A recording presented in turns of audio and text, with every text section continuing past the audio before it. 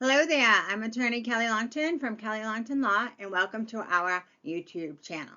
Today I want to talk to you about estate planning for collectors and hobbyists. Americans often prefer to stay busy. When we're not working, many of us turn to hobbies to keep us engaged and productive. We spend hours each day on our hobbies and leisure activities. Over the course of a lifetime, this time adds up to a significant investment. Our hobbies, passion projects, and pursuits may also represent large investments of money, resources, and emotions. Therefore, they should often be included in your estate plan. So, whether you're a collector of classic cars or comic books, an artist or craftsperson with a studio full of valuable equipment, a musician who owns prized instruments, or someone who never outgrew their vintage toys and board games, estate planning helps preserve your cherished items and make them part of your legacy. Now, over time, hobbies have grown in importance to Americans. We define ourselves largely by how we spend our time. For many Americans, wasted time amounts to wasted potential. According to the U.S. Bureau of Labor Statistics, 2023 survey, Americans spend about 5 hours a day on leisure activities and hobbies. Another survey of Americans taken during the COVID pandemic found that 6 in 10 adopted a new hobby as they were left with more spare time and nowhere to go. Common new hobbies range from baking or cooking to reading, arts and crafts, and photography. While some of our pandemic pastimes have already fallen by the wayside, others are likely to persist because there's an inherent payoff when we gain new knowledge or learn a new skill and continue to improve at it. That payoff may be more than just the personal satisfaction of mastering a skill.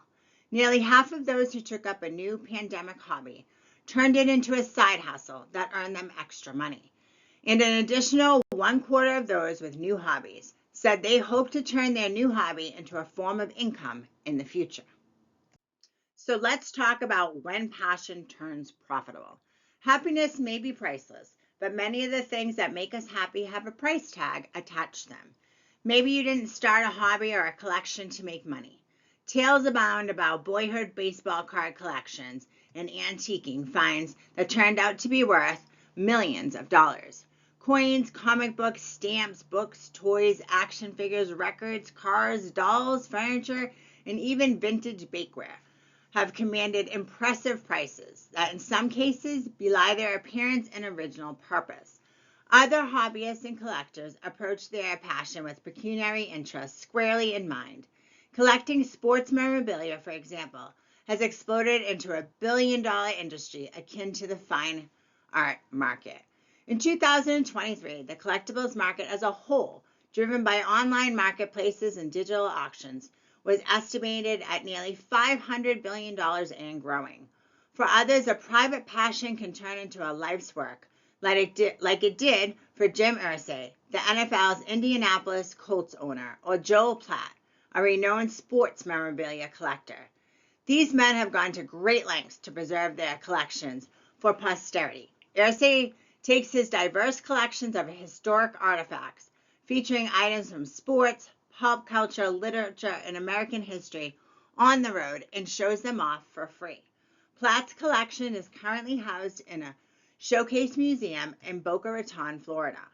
Like collectors, many of the most famous artists started out pursuing a passion and they never expected to get rich from, only to have their works later sold for a small fortune.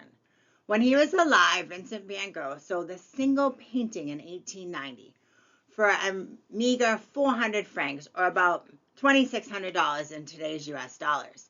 In 1990, one of his paintings sold for $83 million at auction. Then there's fashion icon Coco Chanel, whose inspiration to design clothes for women out of practical necessity launched one of the world's best-known clothing brands. Her first fashion success came from a dress she made from an old jersey. Today, the Chanel brand is valued at around $20 billion. Now, many of us may not reach the heights of Van Gogh, Irsay, Platt, or Chanel in our hobbyist or artistic pursuits. However, that does not mean that our passions are without value.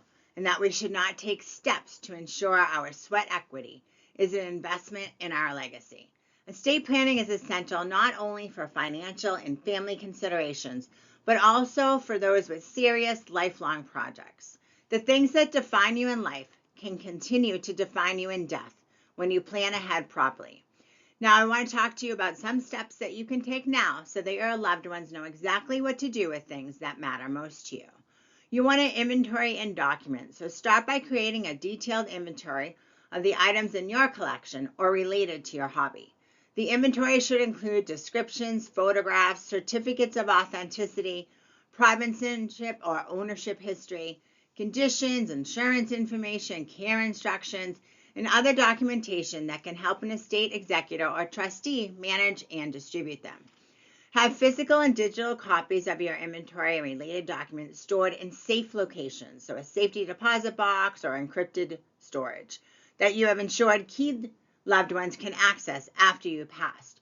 You want to review and update your inventory regularly. A good time to do so is when you update your estate plan every few years, or when significant changes occur in your or your family's life, or to your financial situation or collection. You want to get a professional appraisal. Obtain professional appraisals to find out the current market value of what you own, including the final product and equipment and raw materials used to make it. For example, if you have a shop where you make furniture, get the furniture and the woodworking machinery appraised. Hobbyists might have vintage or rare supplies and materials, such as reclaimed wood, which can also be valuable. You want to talk to your family. A common estate planning mistake is to put everything in writing, but never discuss your plans with the people who will be affected by them. For example, if your loved ones might be aware that you wrote in your spare time or you have a large book collection, but do they appreciate how much these works actually mean to you? Do they know what inspired your love of the written word, your personal journey with it, and how it helped to define you? Unless you share these details with others, the things that were the most personally meaningful to you might be regarded by your loved ones as just more stuff they must go through when you die. You want to decide how to distribute. Do you want to give what you have in its entirety to a single person? You want to divide it among multiple loved ones, donate it to charity, or sell it? Or do you prefer some combination of these options? Your decision will be based on the items themselves and whether there is anybody who might want them. A family member or friend with the same interests might be a good fit. A loved one who does not want them might end up selling them anyways. So you can sell them now, make plans for your estate or a dealer to sell them, and distribute the proceeds following your death, or make a lifetime gift or even series of gifts. You want to put your wishes in an estate plan. All your conversations, preparations, and evaluations could be for naught if you do not clearly and legally describe your wishes in an estate plan. Suppose that you have a treasured comic book collection, professionally appraised and documented. You have this information stored in a locked box, and you regularly update it. There's only one problem. You never formally documented your plan for your collection in a will or a trust. You may have casually discussed your plans with family, but absent a formal estate plan, there is no guarantee that that plan will come to fruition. Remember that you can get creative with your estate plan. Although you may never get to display your artwork at a museum, for instance, you could arrange to have a private viewing of your art or collectibles for friends and family, in addition to or instead of a traditional funeral or celebration of life arrangement. Celebrate your life's work however you choose. Just make sure that you plan ahead and get everything in writing. Now, a serious passion deserves serious planning. The things we create and collect form a core part of our identity. They mark our existence long after we are gone. You cannot take it with you. However, you can make it a part of your legacy with an estate plan. Only a written estate plan makes your wishes legally binding. Do not be the person whose family finds a valuable collection in a dusty corner in the attic and doesn't know what to do with it, or fights over who should receive what, or overlooks its importance and throws it away or donates it. You put serious time into your hobby or collection. Keep the passion alive and inspire the next generation with an estate plan that gives your life's work the treatment it deserves. So you want to reach out, speak with a qualified estate planning attorney in the state in which you live, in order to plan for these important items. I want to thank you for watching. I'm Attorney Kelly Longtin. Please like and subscribe our page below. Hit the notification button so you can get notified of upcoming videos, so you can keep learning about estate planning options and how a proper estate plan can benefit your family. Till next time, I want to thank you for watching. I'm Attorney Kelly Longtin.